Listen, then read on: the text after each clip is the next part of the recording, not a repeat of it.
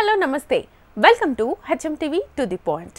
Mukunda flop మూవీతో కెరీర్ను ఆరంభించినప్పటికీ ఫిదా, తొలి ప్రేమ, F2 లాంటి హిట్లు వరుణ్ తేజ్కు మంచి పేరును, ఫాలోయింగ్ను తెచ్చిపెట్టాయి. సినిమాకు వైవిధ్యాన్ని చూపిస్తూ భిన్నమైన దారిలో నడిచాడు ఈ మెగా కుర్రాడు. ఈ మధ్య అతడికి అస్సలు కలిసి రావడం లేదు. వరుస డిజాస్టర్లు తన మార్కెట్ను బాగా దెబ్బకొట్టేశాయి. వరుణ్ భవిష్యత్ చిత్రాల మీద అనేక ప్రశ్నలు రేకెత్తిస్తున్నాయి. గత ఏడాది వేసవిలో వచ్చిన F3 మూవీ అంచనాలను అందుకోలేకపోయింది. ఓ మోస్తరుగా ఆడి వెళ్ళిపోయింది. ఇది మల్టీస్టారర్ మూవీ కాబట్టి పర్లేదు, కానీ సోలో హీరోగా వరుణ్ కెరీర్లోనే అత్యధిక బడ్జెట్లో తెరకెక్కిన గని మూవీ గత ఏడాది అతడికి చేదు అనుభవాన్ని మిగిల్చింది. ఆ సినిమాకు మినిమం ఓపెనింగ్స్ కూడా కరువైపోయాయి. దీని తర్వాత తాను నటించిన గాంధీవదారి అర్జున మీద వరుణ్ చాలా ఆశలు పెట్టుకున్నాడు. కానీ ఈ సినిమా కూడా గనిలాగే వాషౌట్ అయిపోయింది.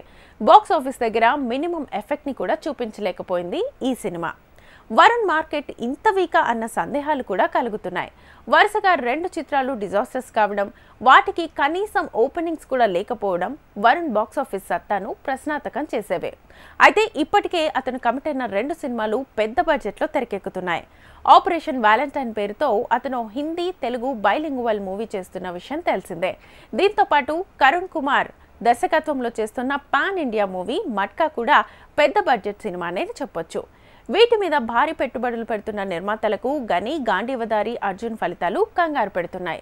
ఆ సినిమాలను అనుకున్న ప్రకారం పూర్తి చేసి తాము కోరుకున్న బిజినెస్ చేయడం చాలా కష్టమయ్యేలా కనిపిస్తోంది. మరి వరుణ్ వాటిని గట్టెక్కిస్తాడో లేదో వేచి చూడాలి.